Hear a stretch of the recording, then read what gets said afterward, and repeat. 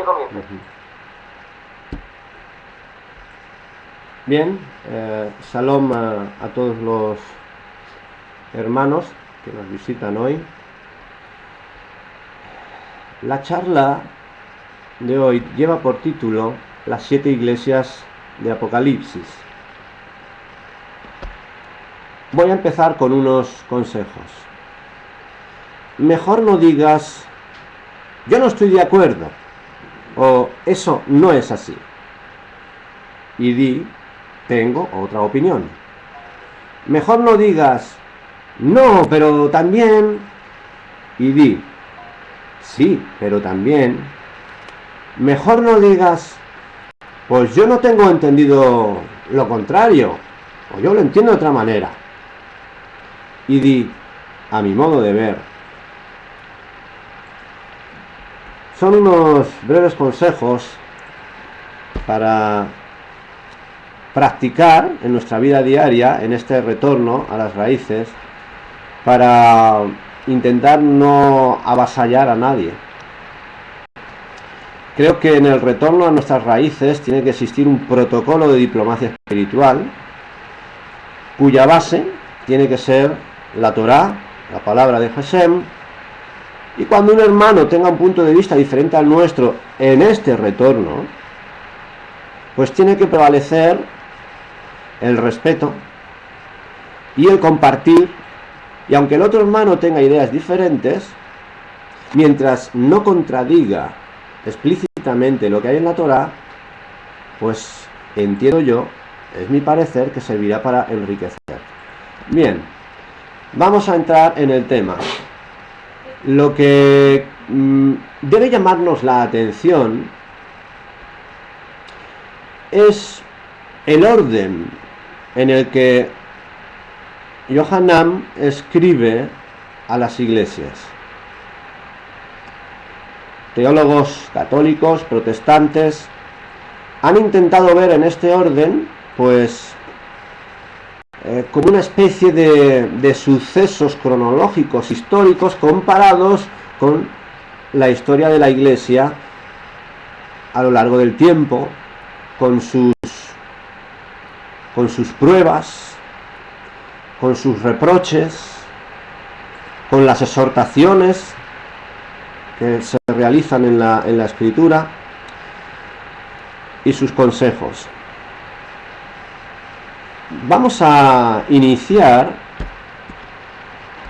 en el capítulo 1 de Apocalipsis, verso 10, porque dice que estaba Yohanan en el Espíritu, y aquí hay Biblias, hay versiones que traducen Espíritu con mayúscula, pero debemos saber que en el griego no aparece Espíritu con mayúscula y tampoco aparece el artículo. Entonces podemos entender que Yohanan estaba comunicando, o estaba en una línea directa con el Eterno, con su Espíritu.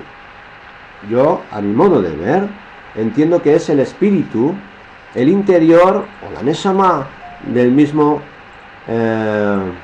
Yohanan. Y dice que estaba en el día del Señor. Esta palabra, Señor, Kyriakos, ha sido entendida de una manera para decir que aquí, pues, se está hablando del domingo, y que por eso el día del Señor es el domingo. Pues no. Personalmente creo que no. Kyriakos es Señor en latín, en griego, pero y en latín Señor es Domini, y de ahí la palabra domingo. Pero el texto no está diciendo nada de esto. Si destraducimos del latín al griego y del griego al hebreo,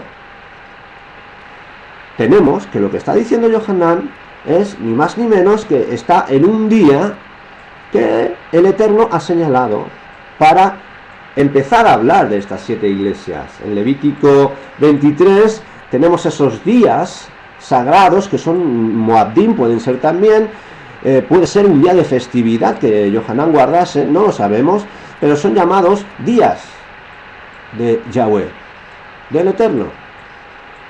Pero también aparecen estos días en los profetas, como Amós 5:18, mencionando ese día no como de liberación que esperaba el pueblo, sino de juicio ante la hipocresía del pueblo. También aparece el día del Eterno en Joel 2:1, Isaías 2:12 o Zacarías 14:1. Bien. Ahora vamos a mirar el orden que sigue aquí la escritura. Dice que decía con voz como de trompeta: yo soy el alfa y la omega, el primero y el último. Escribe en un libro lo que ves y envíalo a las 7 iglesias que están en Asia. Y a continuación, a partir de aquí, empieza a dar el orden de las iglesias. Empieza por Éfeso, Esmirna, Pérgamo, Tiatira, Sardis, Filadelfia y Laodicea.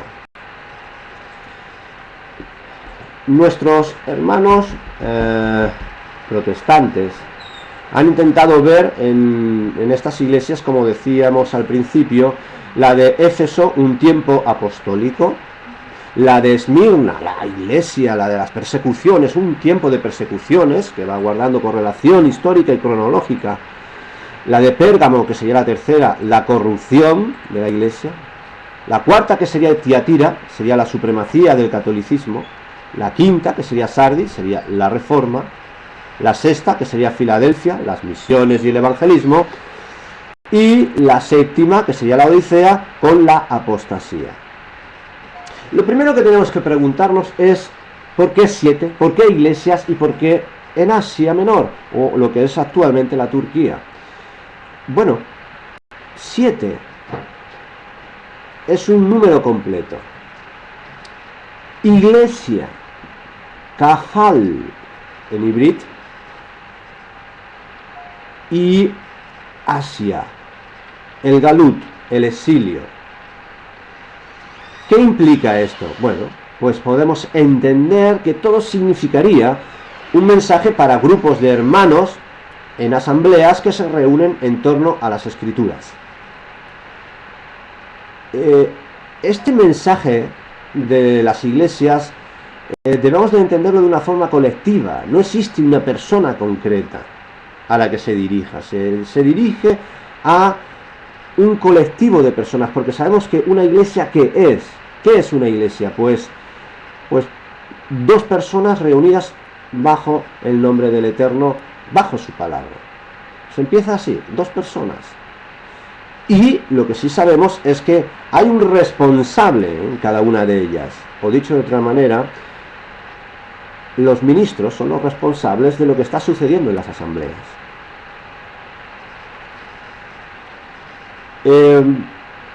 Hay algo que a mi modo de ver entiendo yo. Vamos a ver. Cuando Yohanan escribe el Apocalipsis, seguramente lo escribió antes de la destrucción del templo, o sea, coincidiría con el reinado de Nerón. Hay quien piensa que fue después. Yo tengo mis dudas, porque si no hubiera mencionado tal evento. Pero bueno, vamos a respetar las 2 posiciones. Pero cuando Yohanan escribe el Apocalipsis, las 7 iglesias existían, coexistían. Por lo tanto, el orden en sí, lo que pretende enseñarnos, lo vamos a ver al final, es una lección muy práctica para todos los creyentes en Yahushua que se encuentran rodeados en el exilio de autosuficiencia, de paganismo, de idolatría y, cómo no, de fusiones. Bien, les propuse que Bakasá leyeran en sus casas los 2 capítulos de Apocalipsis, porque vamos a intentar mirar en cada iglesia el aspecto más significativo que tenemos. Entonces comenzamos con la de Éfeso. ¿Qué significa Éfesos? Viene a significar deseada, es querida, amada también.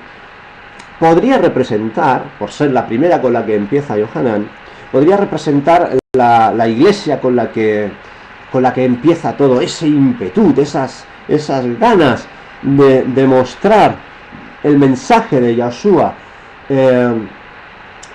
ese anhelo por lo que acaba de ocurrir.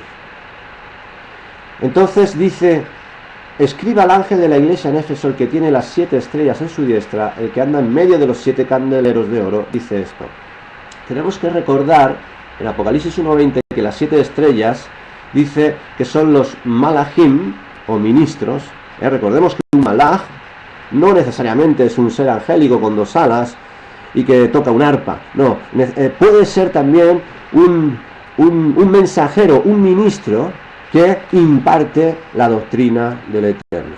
Y entonces vemos que también los candeleros son, como dice Apocalipsis 1:20, yo no me estoy inventando nada, son las iglesias. En el 2, segunda parte, dice: has probado los que se dicen ser apóstoles y no lo son. Quizás Yohanan esté retomando las palabras de Isaías Saúl en Hechos 20, cuando dijo que vendrían lobos rapaces que no perdonarían al rebaño. Estos slujim o apóstoles, ahora, en el contexto de un judí nazareno, pues podrían implicar a falsos seguidores del nazareno, de Shelanu Adon Yahshua Mashiach, de nuestro maestro. Eran corruptos que buscaban la destrucción de los nazarenos. Aquí les quiero recordar la Birka Aminim, que se compuso en el siglo II para desvincular a los nazarenos de las sinagogas Yahudim. Esto ya lo comenté la vez pasada. Bien, vamos a seguir.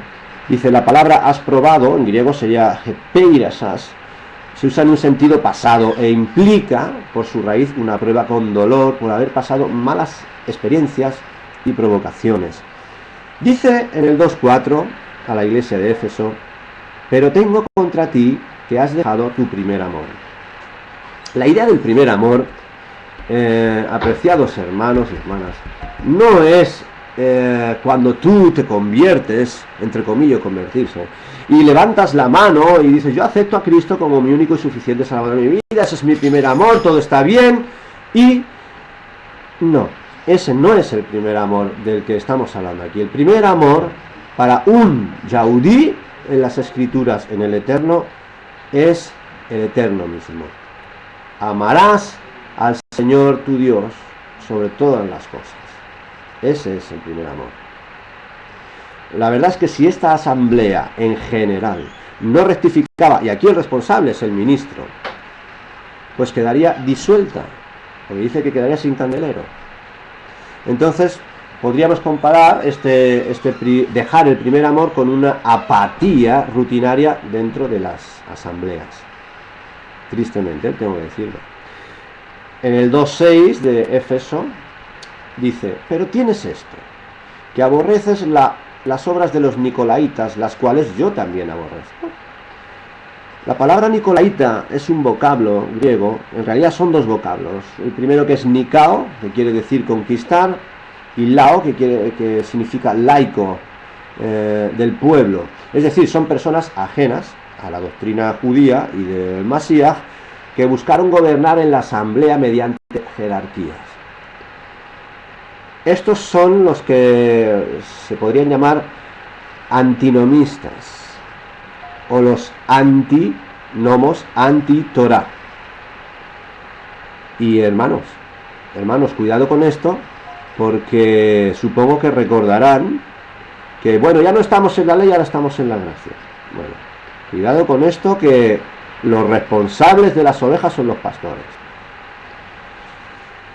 Bien, vamos a seguir avanzando en el texto para decir que al vencedor, dice en Éfeso, le daré a comer del árbol de la vida.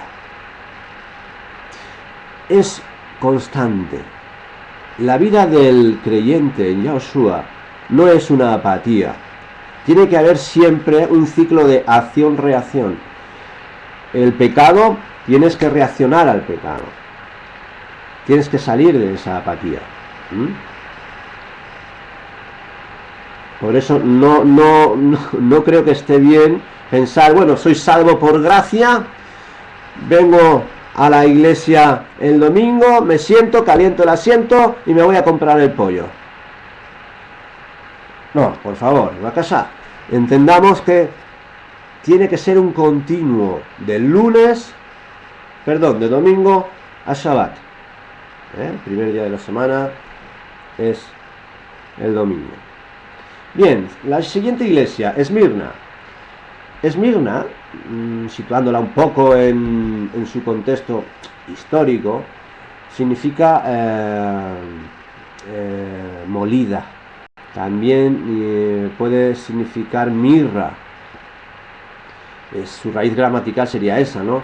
Tiene la misma raíz que molida. Y la mirra, digamos que era un producto que para ser utilizado tenía que ser molido. ¿Y utilizado en qué? Principalmente se utilizaba para embalsamar. Se cogían las vendas de lino y se untaban con mirra. Y el cuerpo se vendaba con estas vendas. Podría implicar, después de la iglesia de Éfeso, de ese amor con el que salen todos, podría implicar después pues una persecución tremenda, muerte a manos de judíos no nazarenos y de gentiles no nazarenos, muerte, perseguidos por todos lados, y mucho más cuando se une la iglesia a Estado. Esmirna tuvo una gran alianza con Roma y bueno, pues con el culto al emperador. Era también una gran ciudad comercial y costera, grandes construcciones, amplias calles pavimentadas. Por el siglo I tenía alrededor de unos 200.000 habitantes, como una gran ciudad de hoy en día. El 2.9 dice: yo conozco tus obras y tu tribulación y tu pobreza, pero tú eres rico, y la blasfemia de los que se dicen ser judíos y no lo son, sino sinagoga de Satanás.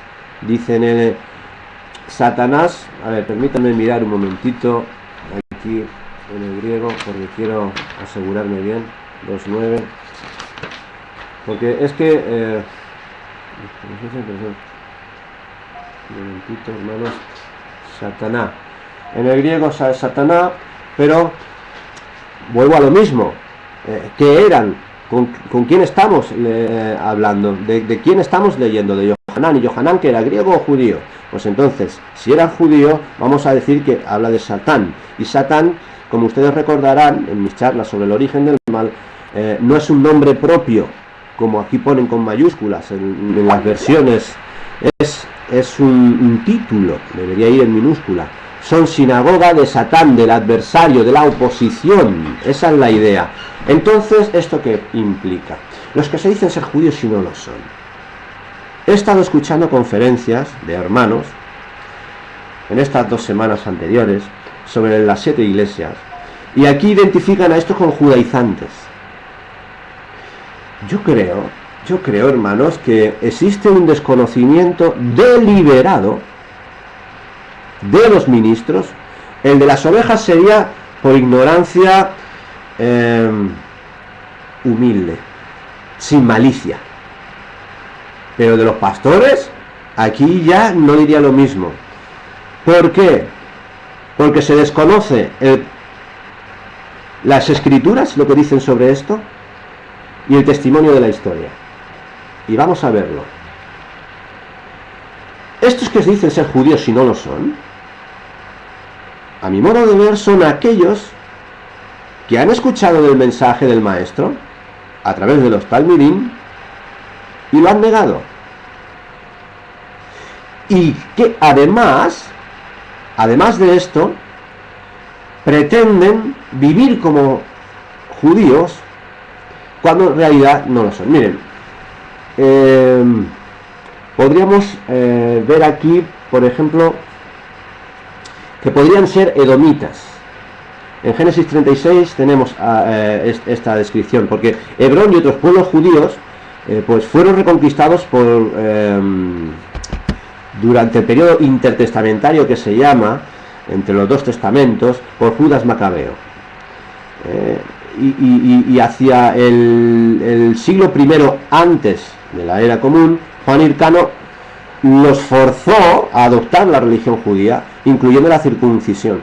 Y entonces de entre estos edomitas, precisamente judaizados o idumeos, salió pues Herodes, que pertenecía a la casa real. Podríamos decir también que, a pesar de que fueran judíos genéticamente hablando y haber nacido en Israel o nacidos de madre, pues estaban sin reconocer el mensaje del Nazareno, y por tanto se oponían a ese misterio escondido que la Torá y los profetas señalaban, que era el Masías. O sea, ahora podrían ser judíos con sinagogas propias, algo que no ocurría con los judíos cristianos que asistían a sinagogas junto con judíos no cristianos que los respetaban, y los gentiles. En Hechos 15 tenemos algo que es en Hechos 15:21, cuando se nos dice que los gentiles son los que se acercaban a la sinagoga y al templo y a Yahoshua. Ellos tenían que asistir a las sinagogas cada sábado para escuchar la Torá. El testimonio histórico que tenemos es que los gentiles nazarenos que afirmaban sobre la existencia de judíos nazarenos eran precisamente pues esto. No es que habían judaizantes, judíos mesiánicos, mal llamados judíos mesiánicos, lo que seríamos en este caso nosotros, porque en realidad todos los judíos, entre ellos Maimónides, que cree con perfecta fe en la venida del Mesías, se podía considerar mesiánico. Nosotros podríamos llamarnos Yahudim, nazarenos, o en Yahoshua, porque mesiánico es todo aquel que espera su redención en Mesías. Los gentiles que no tienen digamos que perdieron la ocasión de acudir a las sinagogas cada Shabbat a consecuencia del edicto que vino de Roma a través de Diocleciano y a través de Constantino el Grande, que prohibían guardar las mismas fiestas que los judíos, los gentiles y todo lo demás, pues perdieron su referencia, perdieron sus enseñanzas, y entonces comenzaron a idear sobre las escrituras, sobre lo que ellos iban leyendo de las cartas de los Selujín, pues empezaron a idear sus dogmas, y ahí comenzó el problema. Pero esos gentiles que comenzaron a idear sus dogmas piensan ahora que ellos son cristianos y hay judíos, y los judíos no son cristianos. Hay dos bandos, judíos y cristianos. No saben que también puede haber judíos cristianos, o si lo saben no lo dicen, y si lo dicen nos califican en este texto que hemos leído de Apocalipsis 2:9. Miren ustedes, hay un testimonio en la historia de Justino Mártir en el siglo II. Escribió: estos, los judíos nazarenos, desean observar tales instituciones dadas por Moshe, junto con su esperanza en el Mesías, y escogen sin embargo vivir juntos con los cristianos y los fieles. Entonces sostengo que tenemos que unirnos con los tales y asociarnos con ellos en todas las cosas como semejantes y hermanos. Esto está en el diálogo contra Trifón. Ireneo, también en el siglo II, escribió: pero ellos mismos, los judíos nazarenos, continuaron las antiguas observancias. Así hicieron los apóstoles, escrupulosamente actuaban de acuerdo a la dispensación de la ley mosaica. Esto se encuentra en Contra las herejías, capítulo 3, 23-15. Epifanio, un siglo más tarde, en el 3, escribió: pero en realidad ellos permanecieron totalmente judíos y nada más, porque no solo usan el Nuevo Testamento, sino también el Antiguo, como los judíos, porque la ley, los profetas y los escritos, que es llamada la Biblia por los judíos, no son rechazados por ellos. Ellos viven de acuerdo a la predicación de la ley como entre judíos, Han venido, sigue diciendo Epifanio, han venido a creer en el Mesías porque ellos aceptan también la resurrección de los muertos. Ellos proclaman un Dios y su Hijo Jesús Cristo. Tienen buen dominio del idioma hebreo, no arameo, porque toda la ley y los profetas son leídos por ellos en hebreo. Con los judíos no concuerdan, además, por su creencia en el Mesías. Con los cristianos no concuerdan porque están entrenados en la ley, en la circuncisión, el sábado y otras cosas. Esto se encuentra en Panarión 30, 18, 39 y 17. Bien, hay más testimonios, pero como muestra está bien. Por lo tanto, no conviene caer en simplismos y pensar, como argumenta la teología del reemplazo, que se es judío o cristiano. Y ya hemos visto que pueden existir, valga la redundancia o el título simple, judíos cristianos. En el Apocalipsis 2:10, siguiendo con esta iglesia, dice: no temas en nada lo que vas a padecer. He aquí el diablo echará a algunos de vosotros en la cárcel para que seáis probados y tendréis tribulación por 10 días. Soy de la firme convicción, apreciados hermanos, de que Apocalipsis en sí no significa escondido, sino significa revelado. Pero es que además entiendo, como tendríamos escrito en el 1:9, dice: escribe pues las cosas que has visto, las que son y las que están a punto de suceder. Entiendo que todo lo que tenemos escrito en Apocalipsis es una correlación histórica que siempre se ha dado.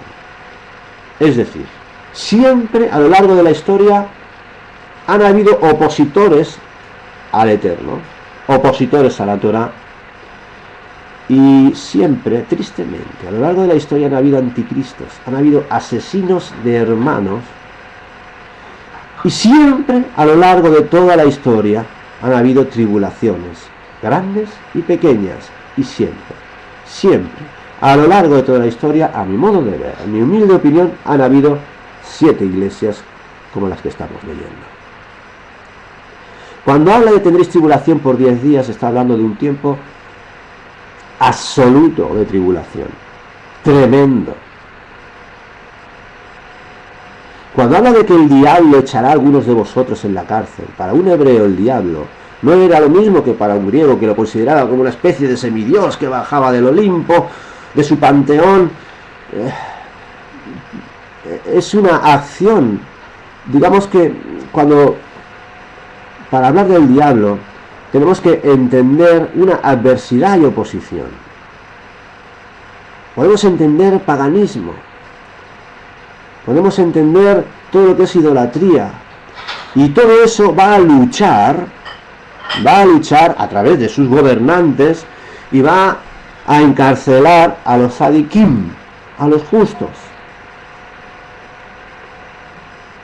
Lo mismo sucede cuando en Hechos 9:16 el maestro comisiona a Saúl diciéndole que será necesario que él entienda cuánto ha de padecer por su nombre. El que es justo va a padecer. Bien, como curiosidad diré que durante el gobierno de Diocleciano, suponiendo que hubiera sido más adelante, durante 10 años hubo una persecución absoluta. También podríamos decir esto, pero el número 10 representa lo completo, como un minyan. Dice: sé fiel hasta la muerte y yo te daré la corona de la vida, el Keter, Jaim, la vida. O sea, volvemos a ver que existe un mundo material, pero sabemos que existe un mundo espiritual, que es el ideal del Eterno, donde dice que, por ejemplo, en Romanos 6:23 tenemos que la dádiva del Eterno es vida eterna en Yahshua. O hablando el maestro en Juan 6:47, el que cree en mí tiene la vida eterna. Bien, vamos a seguir avanzando. Vamos a la iglesia de Pérgamo, que sería la tercera. Pérgamo, pues su nombre indica casamiento o matrimonio consumado. Hay quien cree que en el aspecto histórico implicaría la decadencia de la iglesia, porque se daría como un matrimonio mixto. Un matrimonio mixto entre las creencias paganas y las creencias del Nazareno. Esta ciudad fue fundada por los griegos. Prácticamente casi todas las iglesias que estamos viendo fueron fundadas antes de la era común por los griegos, y todas en un contexto de idolatría y paganismo, ¿no? Digamos que en Pérgamo se edificó el único templo al emperador romano sobre el 29 de la era común, y allí también pues tenían la adoración a Esculapio o Asclepio, en latín o en griego, en forma de serpiente enrollada en un cáliz. Habían altares en lugares altos. Este símbolo también es el símbolo de las farmacias actuales. Había altares en lugares altos dedicados a Zeus y Atenea, y tenían una gran biblioteca con unos 200.000 rollos, y allí es donde se desarrolló el pergamino, que iría sustituyendo al papiro egipcio. Lo cierto es que esta iglesia se vanagloriaba, la ciudad se vanagloriaba de todo lo que tenía. Dice en el 2.13: yo conozco tus obras y donde moras. Dice, donde está el trono de Satanás. Este trono de Satanás pues era un lugar alto en la antigua Pérgamo, y estaba dedicado a Zeus o Júpiter, el cual tenía pues eso, la forma de un trono en el que se representaba la lucha entre gigantes con colas de serpiente y dioses. Este trono se puede ver en el Museo de Berlín. Claro, entonces ya entre las serpientes y todo esto, como Juan diría más adelante en el 20, que es la serpiente antigua, pues los judíos identificaban pues la serpiente con esa oposición, con ese Satán de Bereshit, y pues existía esa correlación, ¿no? Continúa diciendo, pero retienes mi nombre y no has negado mi fe, ni aun en los días en que Antipas, mi testigo fiel, fue muerto entre vosotros, donde mora Satanás. Está hablando a la asamblea. Y mataron a una persona allí, o lo entregaron las autoridades. ¿Quién lo entregó? Bueno, nosotros tenemos que saber que dentro de una iglesia pues hay personas que son creyentes sinceros, humildes, pero hay otros que aparentan serlo. Y es posible que cogieran a esta persona y lo denunciaran ante el gobierno romano. Antipas, que significa contra todo. También es posible que el hombre pues fuera una persona que discutiera en todos los sentidos contra los intolerantes, contra los idólatras, y se llevará este premio. No se sabe quién es, hay poca información sobre él. Sería lo que hemos dicho, un luchador nato contra los antisemitas, o este grupo de antitorá. Y bueno, pues fue muerto dentro de un caldero de bronce en forma de becerro durante el reinado de Domiciano. Vamos a seguir avanzando con la iglesia de Pérgamo. Dice que tiene unas cosas contra ti. Apocalipsis 2.14 dice que tengo contra ti unas pocas cosas. Que ahí tienes a los que retienen la doctrina de Bilam, que enseñaba a Balac a poner tropiezo a los hijos de Israel. Ese tropiezo era a maldecir. Cuando se maldice a una persona, lo que se está diciendo es que desea que no hubiera nacido. O sea, condenar su inexistencia, como actualmente hay algunos países árabes que así lo hacen, entre ellos Irán. Y a comer cosas sacrificadas a los ídolos y a cometer fornicación.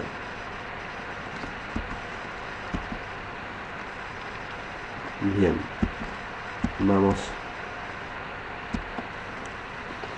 Sí, en Números 22 podemos ver la historia de Bilán. Era un gentil y vivía en Mesopotamia, que era la cuna de la adivinación caldea. Pero al final Bilam se convence por el Eterno de que tenía que bendecirlos, y sus ojos son abiertos. Y es cuando pronuncia esta bendición en Números 24. Cuando ve al pueblo en el prado, con todas sus tiendas, siendo una ejat, no una división, cada uno con su Dios, no, una unidad con un propósito. En el 2.15 dice, y también tienes a los que retienen la doctrina de los nicolaitas, la que yo aborrezco. Bien, como decíamos antes, Nicao quería decir conquistar y lao laico, es decir, se buscaba una estructura de jerarquía dentro de la iglesia que fuera contra la Torá. El 2.17 dice, al que venciere daré a comer del maná escondido. El maná escondido, a mi modo de entenderlo, es una imagen de ese primer maná que no apareció hasta la dificultad o la prueba en el desierto. La palabra maná en hebreo es mashe, maná, ¿qué es esto? Es decir, no se sabía el propósito y para qué iba a ser útil el maná, pero recordemos que no se podía almacenar, pero todo ello implicaba que la palabra de Dios debía circular continuamente en la vida de las personas. No podías guardarlo, tenías que comer continuamente ese maná. No podía estar atrapada en dogmas o personalismos. Entonces llega un momento en que ese maná, que es la palabra, el sustento, el pan diario, aparece reflejada en Cristo. Esto lo podemos ver en Efesios 3.9 y Colosenses 2.3. Hemos de pensar, apreciados hermanos, que es en el desierto, cuando estás solo, cuando no tienes nada que te distraiga. Es en el desierto donde recibieron ese maná. En medio de la prueba lo reciben. No puede haber ninguna fusión, ninguna idolatría que te distraiga. Estás tú solo y Dios. Nada te puede distraer. Y es tu propio ego, tu propia personalidad la que es puesta a prueba ahí. Tú y el Eterno. El desierto en hibrid es midbar y viene de una raíz que significa palabra, es decir, un lugar de exilio espiritual donde se recibe el maná y donde hemos de aprender a depender exclusivamente del Eterno. La piedrecita blanca de la que habla a continuación el texto dice, y le daré una piedrecita blanca y en la piedrecita escrito un nombre nuevo, el cual ninguno conoce sino aquel que lo recibe. La piedrecita blanca se han buscado varias explicaciones, como si era para salvar la vida o condenar la vida si salía una piedrecita negra del preso. Se ha pensado que también era como una especie de material que se podía partir y en un lado estaba el nombre del invitado a la ceremonia y el otro el del anfitrión. Entonces, uniendo las dos partes tenías acceso a la ceremonia o a la boda. Era como una entrada. Podría ser. Yo no lo sé con toda certeza, pero lo que sí puedo decirles es algo, que en esa piedrecita blanca hay un elemento de pureza por el color, pero es que además dice que hay un nombre que no está puesto por caprichos de los papás. Mira, existe un cantante que se llama José Luis y su guitarra, vamos a ponerle al niño José Luis. O existe, pues por ejemplo, mira, el vecino le ha puesto Eric a su hijo, vamos a ponerle Eric, así muy vikingo todo, muy bonito, es curioso, nadie lo lleva, pues ese. Vamos a ponerle, recuerdo una película de Cantinflas en la que iban a bautizar al niño de pequeño y los padres le pusieron San Nepomuceno, y Cantinflas se los miró diciendo, pero hombre, ¿cómo le ponen ese nombre al niño? Dice, bueno, es que como ha nacido en este día de este santo, San Nepomuceno, pues le vamos a poner verde. ¿Cómo largo de aquí nos echó fuera de la iglesia? Pobre criatura, ¿qué habrá hecho para merecer ese nombre? No, los nombres no son por capricho. El Eterno conoce nuestros nombres. Él lo sabe, porque el nombre en la cultura del Eterno representa una cualidad de la persona, una cualidad realidad que muchas veces los otros no ven, que solo nosotros vemos.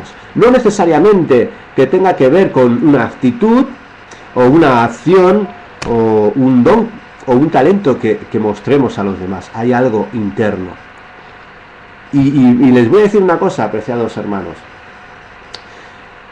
Solamente será posible al final de nuestros días, porque vamos creciendo y el nombre es posible que vaya cambiando. Esto es personal, quizás esté equivocado, hermanos, pero es lo que de la manera que mejor puedo entender un nombre nuevo. Pasamos a la iglesia de Tiatira. Vamos rápido porque el tiempo se va pasando y quiero acabar. Es la más pequeña de las 7, se llama Ciudad de la Hija, o también Sacrificio Continuo. Quizás esto nos pueda recordar, ¿no?, como la Iglesia Católica aún mantiene, nuestros hermanos mantienen al Maestro ahí como ese símbolo continuo. Bueno, pues cuidado con eso, porque miren lo que va a decir aquí. Tiatira es una pequeña ciudad comercial, y también es una torre alta, torre fortificada, pero digamos que también fue fundada por Seleuco I Nicátor, uno de los 4 generales de Alejandro Magno, ¿ven? Otra vez, en griego. Pero miren lo que dice: escriba al ángel de la iglesia en Tiatira, el Hijo de Dios, el que tiene ojos como llama de fuego. Esta llama de fuego, que equivale a ministros o mensajeros del Eterno para juicio, así lo confirma el Salmo 29:7, voz del Eterno que vomita llamas de fuego. El Salmo 104:4 dice que hace a los ministros llamas de fuego. Está todo en relación. Cuando un ministro anuncia la palabra de Dios, está anunciando juicio. Cuidado. Si tú estás a bien con el Eterno, es un juicio para vida. Si no, prepárate. 2:20. Pero tengo pocas cosas contra ti que toleras, que esa mujer Jezabel, que se dice profetisa, Jezabel. Todos recordamos la historia del profeta Elías, el pobre hombre que piensa que ha quedado solo y que bueno, que esa mujer lo quiere matar. Jezabel no era de Israel, la tomó un israelita, Acab, se fusionó con ella, no tenía que haberlo hecho, y cuando vienen las fusiones con la idolatría, con el paganismo, pues pasa lo que pasa. Digamos que lo que no está hablando de una mujer que existía en aquel tiempo, yo creo que no está hablando de una mujer que existía en aquel tiempo que se llamaba Jezabel, ¿no? Entiendo que está hablando como cuando habla de Juan el Bautista, del espíritu del profeta Elías, de la limpieza que se hacía, y en este caso es al contrario, es de la corrupción. Porque recuerden que en la historia Jezabel lo que hizo fue ir contra la Torá, poner sus dioses, y edificó, sirvió a Baal, edificó altares y puso en el templo del profeta Acab, que estaba en el norte, Josafat estaba abajo, en el sur, una imagen de Asera. Cambió el culto, mató a profetas. Esto se encuentra en primer libro de Reyes 16 y capítulo 18. Quiso matar al profeta Elías. Sabemos el final de esta mujer. Y lo que podemos ver es eso, es que es un espíritu o influencia mala y perversa que buscaba extraviar.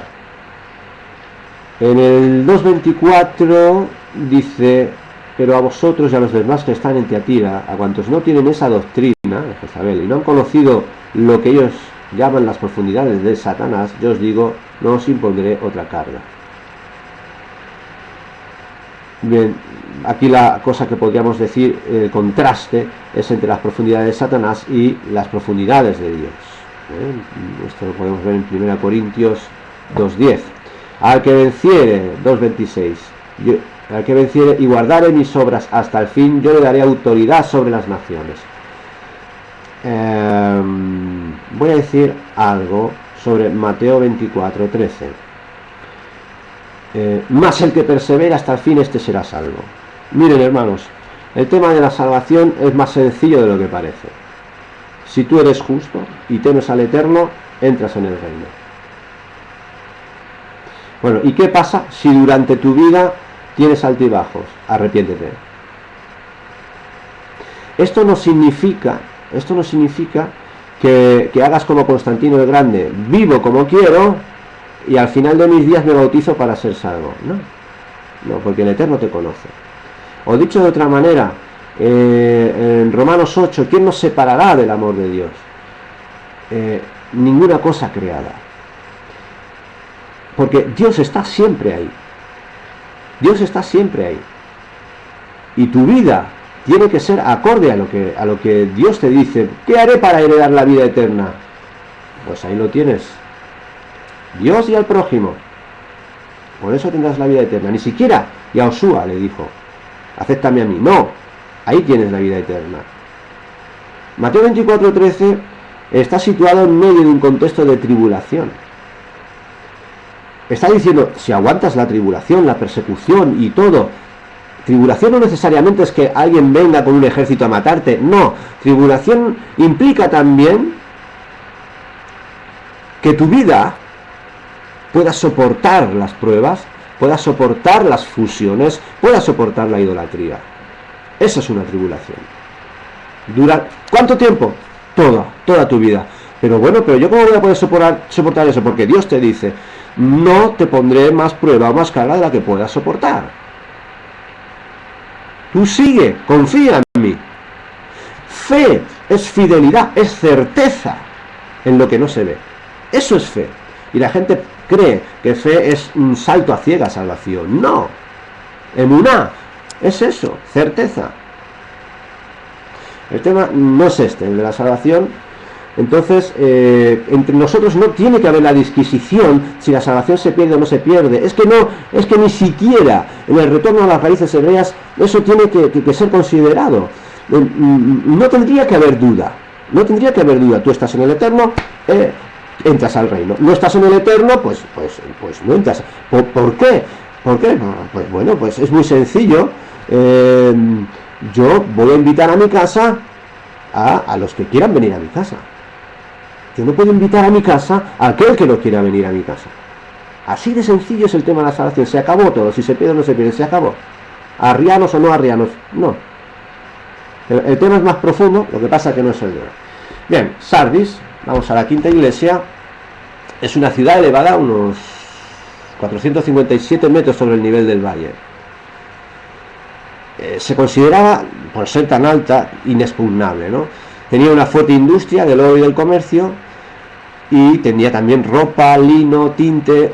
Fijaros vosotros, hermanos, que en las iglesias anteriores también vemos que hay ropa, que hay tinte, que existe oro, que existen riquezas.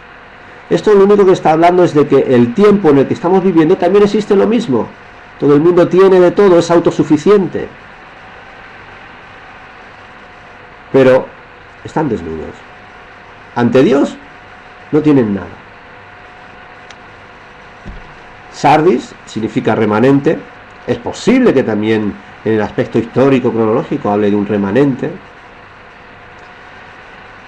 Pero en medio de todo ese remanente predominaba el culto a Ceres, que es la madre de los dioses griegos, y también a Artemisa, que era la Cibeles también, y probablemente llamada Diana por los efesios.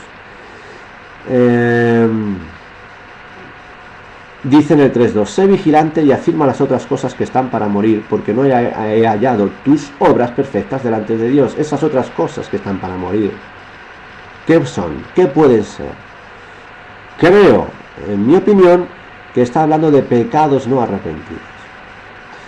Por el contexto, estamos en Sardis y dice: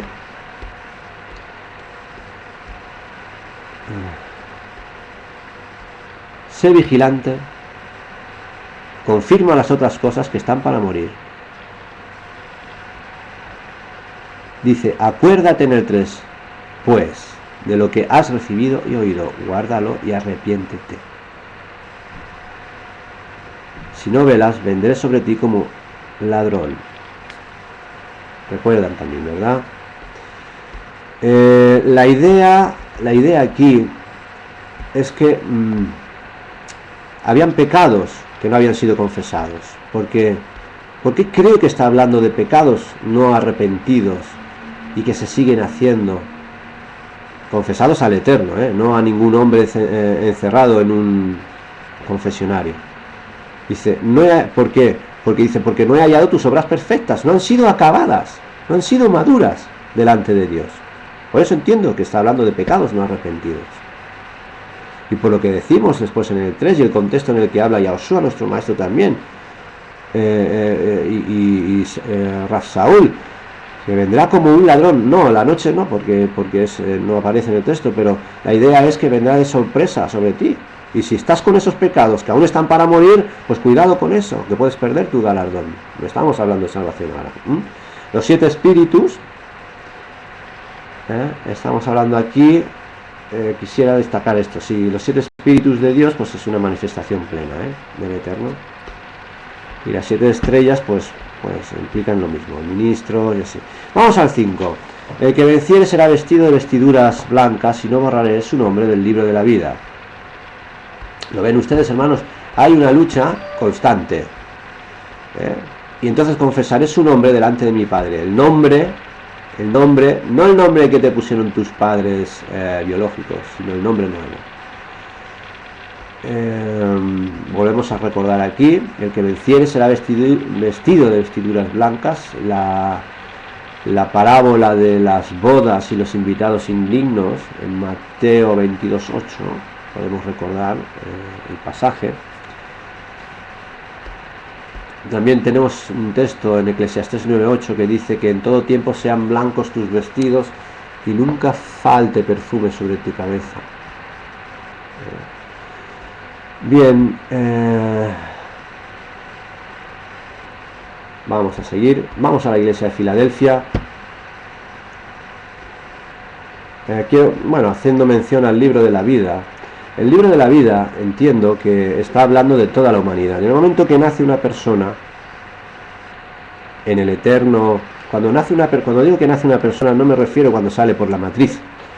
Me refiero cuando el Eterno elige que va a ser esa persona y luego ya vendrá lo otro de la matriz.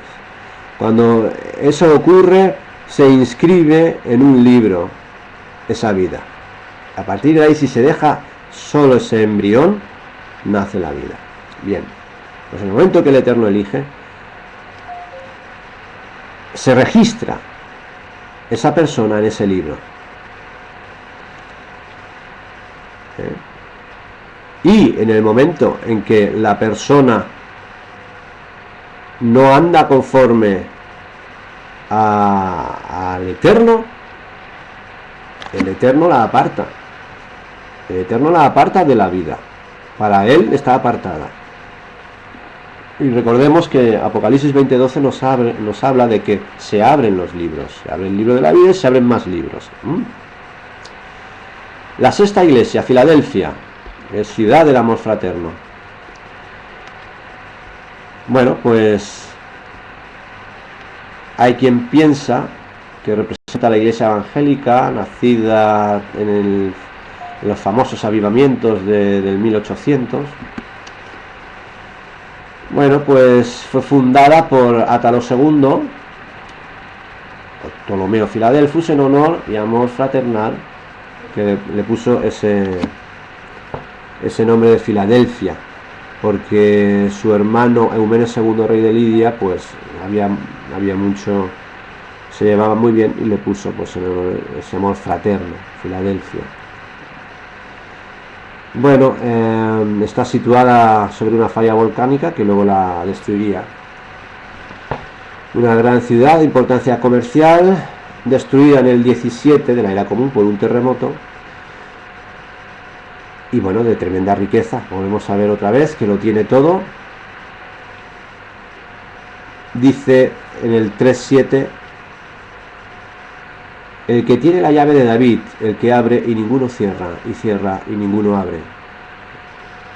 La llave que abre y ninguno cierra, lo podemos ver en relación con Isaías 22:22, que son dadas al siervo justo Eliakim, a diferencia del malvado rey de Tiro. El texto dice así: en aquel día llamaré a mi siervo Eliakim, hijo de Hilcías, y lo vestiré de vestiduras, y lo ceñiré de tu talabarte, y entregaré en sus manos tu potestad, y será padre al morador de Jerusalén y a la casa de Judá.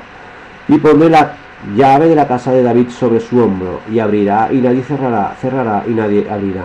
Por lo tanto, esta llave de David pues implicaría el Malhut en Yahushua, tal y como también enseña Apocalipsis 1:18 al decir que Yahushua tiene las llaves de la muerte y del Hades.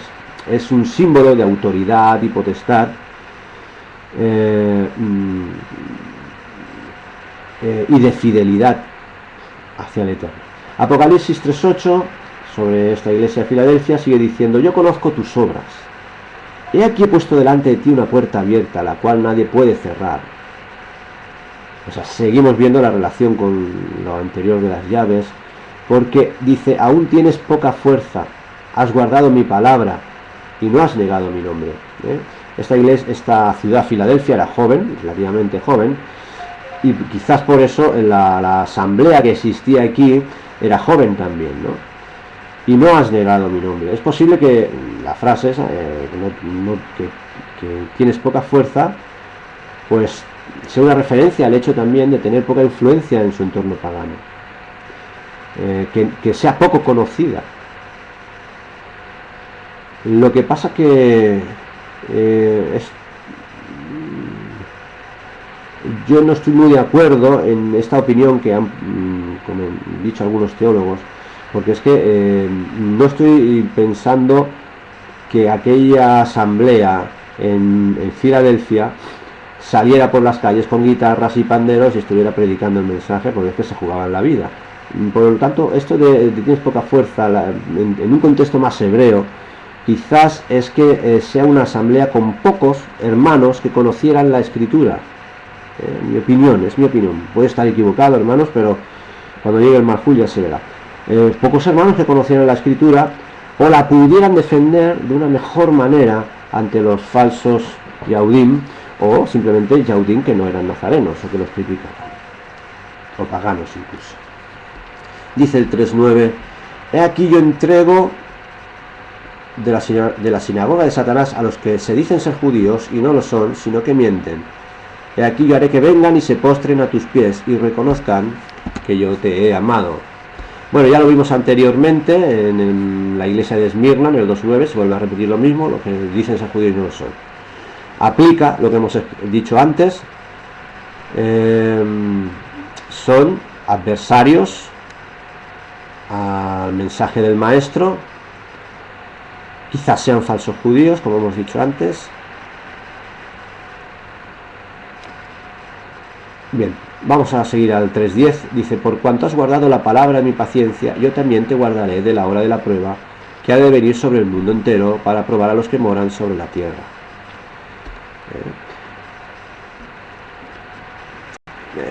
Yo, a mi parecer, no necesariamente esta hora de la prueba que ha de venir sobre el mundo entero implica una gran tribulación premilenial. Entiendo, como he dicho al principio de la charla, que son pruebas constantes, momentos determinantes, diferentes, que vendrán a modo de prueba por parte del Eterno, incluso usando adversarios o gobiernos. El Eterno lo permite todo. Sabemos que si el Eterno dice que ningún gobierno prueba a nadie, ni siquiera el Eterno incluso puede permitir que no aparezca el anticristo. Entonces podemos decir que el Eterno está detrás de todo. Entonces, si se es fiel a la promesa, el Eterno nos librará de ella, no dejando de ser probados más de lo que podamos soportar. 1 Corintios 10, 12, 13. Entonces, por ejemplo, en Apocalipsis 7:14 se usa también la preposición ek, que significa fuera de. Pero, por ejemplo, vamos a leerlo. Apocalipsis 7:14 dice así: y le he dicho, Señor mío, estoy leyendo la versión textual, tú lo sabes, me dijo, estos son los que salen fuera de la gran tribulación y lavaron sus ropas y las blanquearon en la sangre del Cordero. Bueno, pues aquí está preguntando quiénes son estos, la gran multitud, ¿no? Y entonces uno de los ancianos tomó la palabra y me preguntó: ¿quiénes son y de dónde vienen estos vestidos con ropas blancas? Entonces aquí vemos que dice que son los que salen fuera de la gran tribulación. Bueno, pues estamos viendo en este capítulo de Apocalipsis, que no sería el tema, pues que hay una multitud, en el 7-9, que nadie podía contar, de todas gentiles. Incluso podían ser judíos que estuvieran entre las naciones, ¿no? Y entonces están diciendo, entonces uno de los ancianos tomó la palabra y le preguntó, ¿quiénes son? ¿De dónde vienen estos vestidos con ropas blancas? Son los que salen de la gran tribulación. Por eso, en el 15, están delante del trono de Dios y le sirven día y noche en su santuario. Y no tendrán hambre ni tendrán sed, en el 16, ni caerá más sobre ellos el sol, ni calor alguno.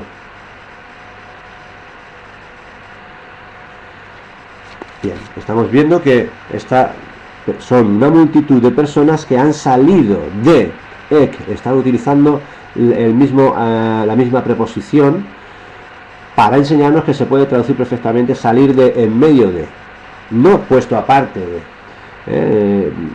Pues en griego sería, leyéndolo en griego, 7:14 sería más o menos utoi eisin oi gerjomenoi ek tex tlipseos tes megales. Estos son los que vienen de la tribulación grande, no que son sacados del mundo y están fuera. Sería otro tema, hermanos, pero la idea es esta. El Eterno no nos dejará ser probados más de lo que podamos soportar. Bien, en el verso 11 dice, ninguno tome tu corona, es decir, tu premio, o ese galardón. En el 3:12 dice, al que venciere, yo lo haré columna en el templo de mi Dios, y nunca más saldrá de allí, y escribiré sobre el nombre de mi Dios. Al vencedor le haré columna. Estas columnas las vemos en el libro segundo de Crónicas 3:15. Tenían dos nombres, Yahim en la derecha, la columna de la derecha, y Boaz a la de la izquierda. También esto va del segundo libro de Crónicas 3, del 15 al 17. La edición de Katz sobre este texto dice que esto era así, expresando que por el mérito de las ofrendas presentadas en el templo a Hashem daría fuerza y poder a Israel. Y aplicado aquí, en el texto de esta iglesia, implicaría que todo aquel vencedor sería afianzado y fortalecido en el Malhut. Debemos recordar además que todo lo que tenemos, digamos, material aquí abajo en la tierra, es sombra de lo celestial en el cielo. Es decir, las columnas del templo estaban puestas en el pórtico y las veía todo el mundo, firmes, fuertes, establecidas, como es la columna de la derecha, y con fuerza la de la izquierda. Y dice que al vencedor nos va a hacer así. De alguna manera está diciendo que te va a mostrar a todo el mundo como una persona que ha superado, o una asamblea, un ministro que ha superado la prueba. Todo el mundo te va a ver fortalecido y establecido en el monte de Sión, en su templo, en la casa del Padre. Y dice, el nombre de mi Dios, le daré un lugar en mi casa y un nombre mejor que el de hijos e hijas. Verso 12. Seguimos leyendo, que dice nombre nuevo y no saldrá jamás de ahí. La idea de que el nombre de mi Dios, le daré un lugar en mi casa y que no saldrá jamás de ahí, pues miren, hermanos, en esta iglesia de Filadelfia tenían un problema que era con los terremotos. Y Estrabón, un historiador griego, escribe que los terremotos eran tan continuos que las paredes nunca dejaban de resquebrajarse.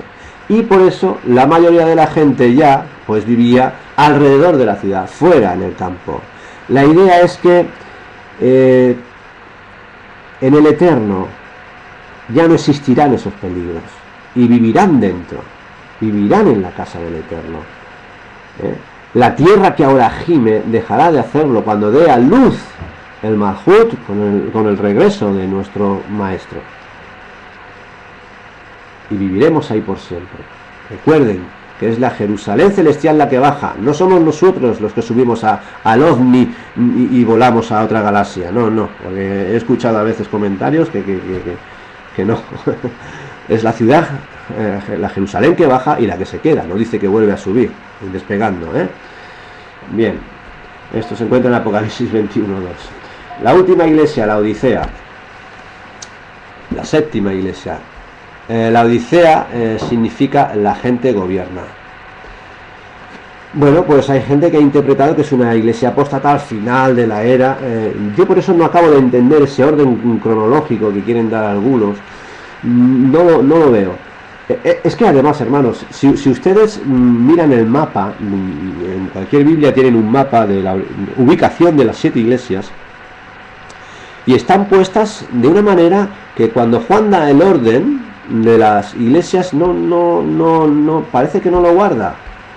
Por ejemplo, el orden primero es Éfeso, y Éfeso lo tenemos abajo, después tenemos Esmirna, después la tercera sube arriba a Pérgamo, luego baja a Tiatira, sigue bajando a Sardis, Filadelfia y la última la Odisea. No vemos que haya un orden. Entonces yo entiendo que es un conjunto de asambleas con sus ministros responsables a lo largo de la historia que se ha ido repitiendo constantemente. O sea, las 7 iglesias son coetáneas. Entonces, esta iglesia, fundada por Antíoco II, dedicada a su esposa la Odisea, por eso el nombre, digamos que fue la ciudad más adinerada de toda Asia Menor. Dice: yo conozco tus obras, en el 3.15, que ni eres frío ni caliente. No me gusta utilizar esta expresión que usan algunas versiones, ojalá fuese frío o caliente, porque ojalá significa si Alá lo quiere. Esperaba que fueses frío o caliente. Esa expresión me gusta más. A ver cómo traduce aquí la textual. Mira, dice lo mismo. Dice, pero en el 16, pero por cuanto eres tibio y no frío ni caliente, te vomitaré de mi boca. Aquí vamos a tener que recurrir un poco al contexto arqueológico de la zona, porque la Odisea está debajo de todo un sistema de fallas volcánico, todas las iglesias que se describen, como queriendo decir el Eterno, fíjense ustedes la lección, como queriendo decir el Eterno que toda la riqueza de la gente, de la idolatría, el paganismo, todo eso está sobre un estrato volcánico que en el momento que yo quiera, que yo haga así con los dedos, todo eso se va, desaparece. Y cuando hay un terremoto, los que han tenido la oportunidad o la triste oportunidad de vivirlo, es que se te cae todo, si se te mueven los cimientos no sabes dónde agarrarte, solo a Dios te puedes agarrar. Entonces la idea es que debajo de la Odisea habían aguas, habían canales de aguas naturales que eran calentadas por las fallas volcánicas y servían para los baños termales. Pero también habían aguas superiores que venían de las montañas y servían para beber. O entonces tenemos agua fría para beber y calmar la sed, y agua termal, caliente, para baños terapéuticos. Teníamos 2 funciones. Pero cuando venía el terremoto, a veces se rompían esos canales de agua fría y de agua caliente y se mezclaban, y entonces la gente que quería beber agua pues se encontraba con agua tibia, sulfurosa, que tenía que escupir, que no servía para calmar la sed. Y la gente que quería ir a un baño caliente, terapéutico, pues se encontraba que el agua estaba tibia o fría y tampoco le servía. Lo que el Eterno está diciendo aquí es que te muevas, que tengas una acción en la asamblea. O sea, está hablando, yo entiendo que habla a los ministros, pero también habla a las ovejas. No podemos estar o en un lado o en otro. No podemos decir Torah sí, Torah no, gracia, ahora cojo de la Torah lo que quiero. Ahora no. tienes que ser consecuente, y tienes que entender que nunca un discípulo de Mashiach, de Yahushua, dejó de celebrar las fiestas ni de acudir a la ciudad amada a celebrarlas como Shaliach Saúl. Eso es falso. Siguieron haciéndolo, pero bajo otra perspectiva. Todo es complementario. No hay Antiguo Testamento y no. Eso no existe. Existe primer pacto, segundo pacto, y el Eterno puede hacer pactos, tantos como quiera, pero su ley seguir siendo la misma. Dice, no te vomitaré de mi boca, sino estoy a punto de vomitarte. En griego sería meiose gemeshai, tú otómatos mu. Estoy a punto, aún no, te estoy dando otra oportunidad. Y dice en el 17, ¿por qué dices que no tengo necesidad de nada por las riquezas que tienes? Esto al final es una consecuencia de los que hay dentro de esta asamblea. Es triste decirlo, pero está hablando de personas que hay dentro. O sea, su autosatisfacción, todo, la odisea, la grande, la más rica, el engreimiento, el orgullo. Había una riqueza material, pero no espiritual. Y dice, y no sabes que tú eres el quítenlo. En griego es el artículo jo, que es él. Y no sabes que tú eres el desventurado, miserable, pobre, ciego y desnudo. No eres alguien indefinido, no, te he pillado, sé quién eres, te he cazado. Te conozco, eres él. No eres un cualquiera, no, eres el desventurado aquel que me hizo esto, aquel que hizo esto con mi hijo. Eres ese. O sea, yo entiendo que el Eterno cuando habla y sentencia lo hace siempre de forma concreta y directa al alma. Bereshit 6.5 dice que Yahweh vio que todo designio de los pensamientos del corazón era de ellos, era de continuo el mal. Los pensamientos del corazón. No mira lo que haces. O sea, antes de que hagas algo exteriormente, Él ya sabe que lo vas a hacer interiormente. 3.18, para ir acabando. Por tanto, yo te aconsejo que de mí compres oro refinado en fuego, para que seas rico. El oro refinado en fuego, encontramos una descripción, a ver, en la primera carta de Pedro, la primera carta de Pedro, capítulo 1,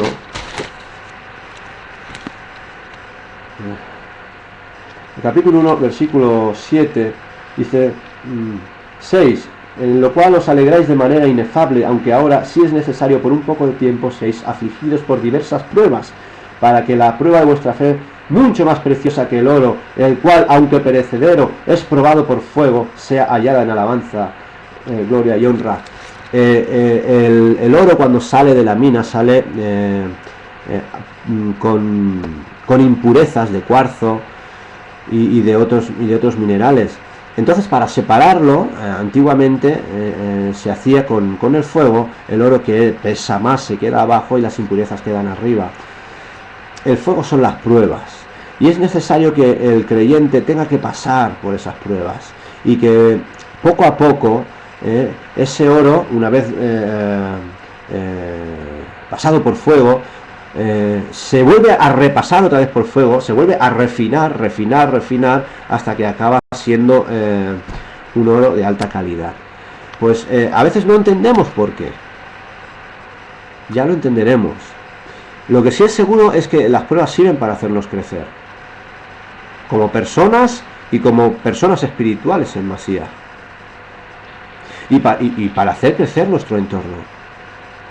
Dice, compra ropa. O sea, es curioso, un centro de ropa que tenía todo, pero dice que compres ropas y vestiduras blancas.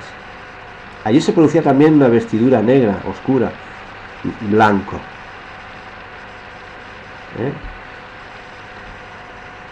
Y oro refinado, como hemos estado diciendo. Y unge tus ojos con colirio para que veas.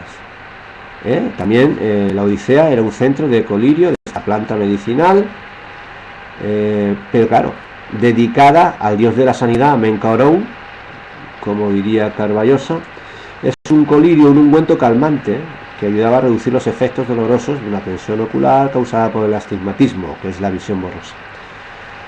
Pero el colirio que el Eterno pide aquí no es material, sino espiritual. Lo mismo que le sucedió a Bilam, para que acabara bendiciendo de esa manera tan fantástica, tan bonita, en Números 24:3, que abrió los ojos para bendecir a Israel, dice.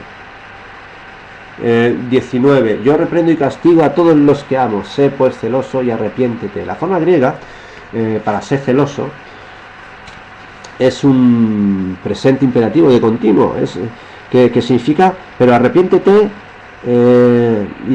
o sea, que es sé celoso continuamente. Y para la palabra arrepiéntete emplea otro distinto, que es un aoristo ingresivo, que implica una acción urgente. O sea, la cosa sería que para estos pecadores la solución sería arrepentirse ya, de inmediato, y a partir de aquí ser celosos continuamente con la palabra, con el Eterno. Tenemos lo mismo, es un crecimiento constante. Es como un padre que disciplina a su hijo pequeño y le pone un tutor o un ayo, como tenemos en Gálatas 3, 23, 26, o la historia del hijo despilfarrador pródigo. O sea, hay que ir continuamente. Dice aquí: yo estoy a la puerta y llamo, si alguno oye mi voz y abre la puerta, entraré, y cenaré con él y él conmigo. Una comunión. Vemos aquí una comunión íntima con el Eterno, un Pesaj futuro. ¿Os acordáis que ya no la volveré a comer más con vosotros hasta que regrese? El Pesaj último que comió. Pero lo curioso es que el Eterno dice que está a la puerta.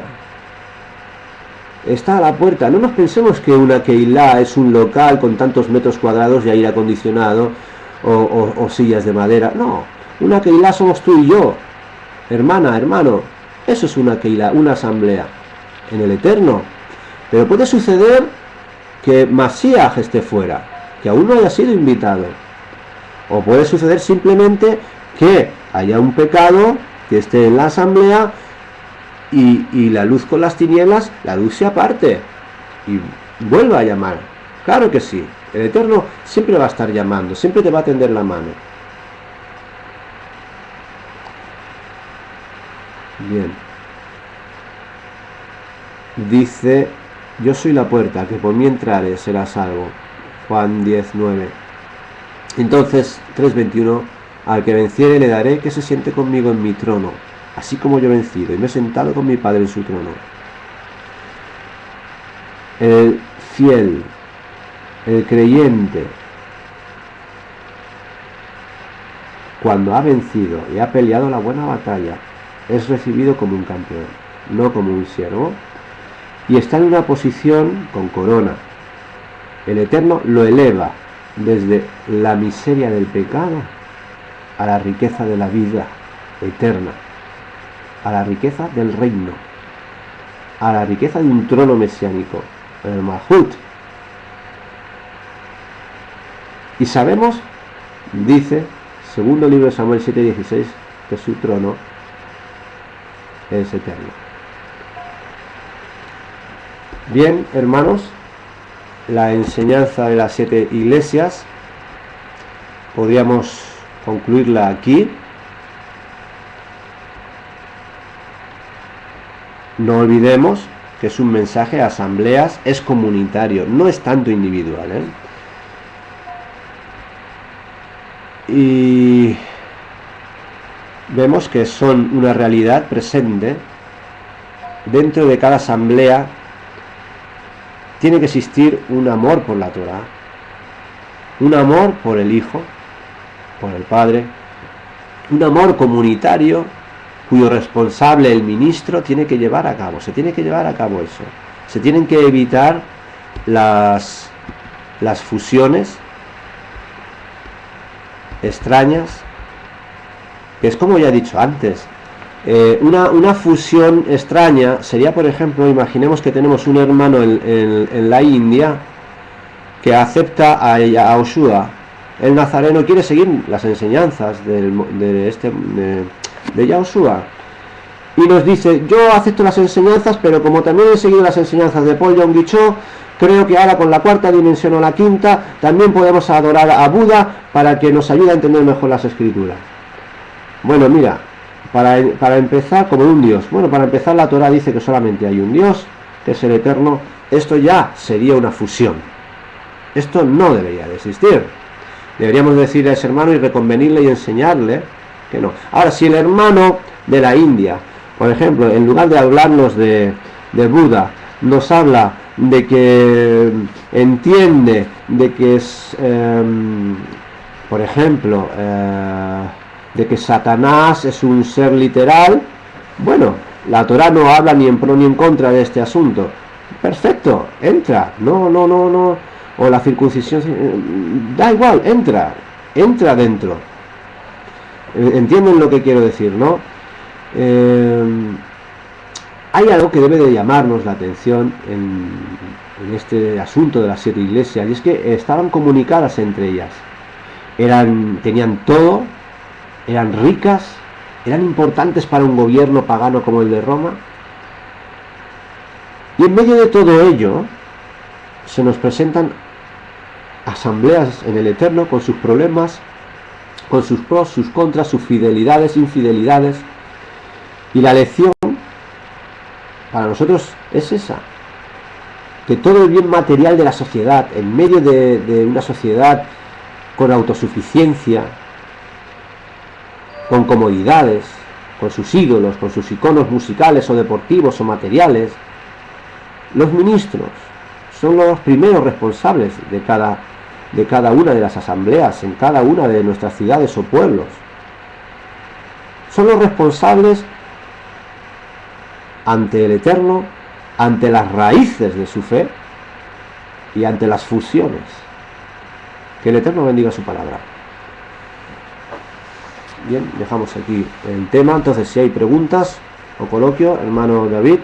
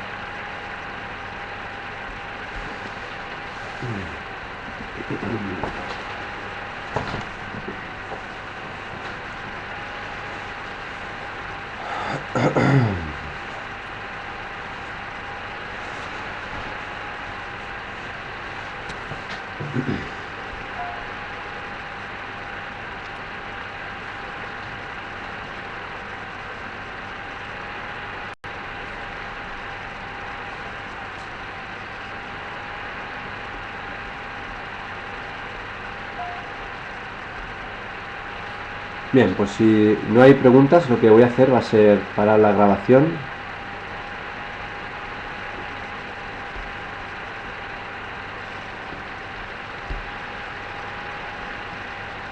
¿Rajón?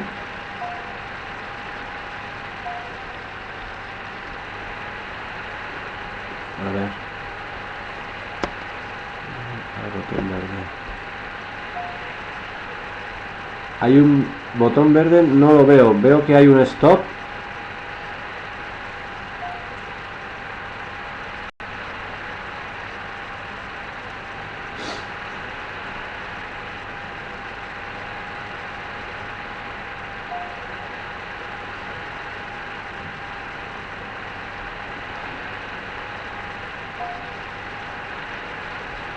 Pero esto no...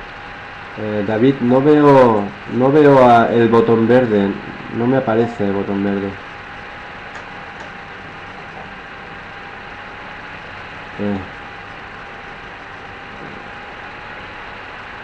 Sale el stop con el botón rojo.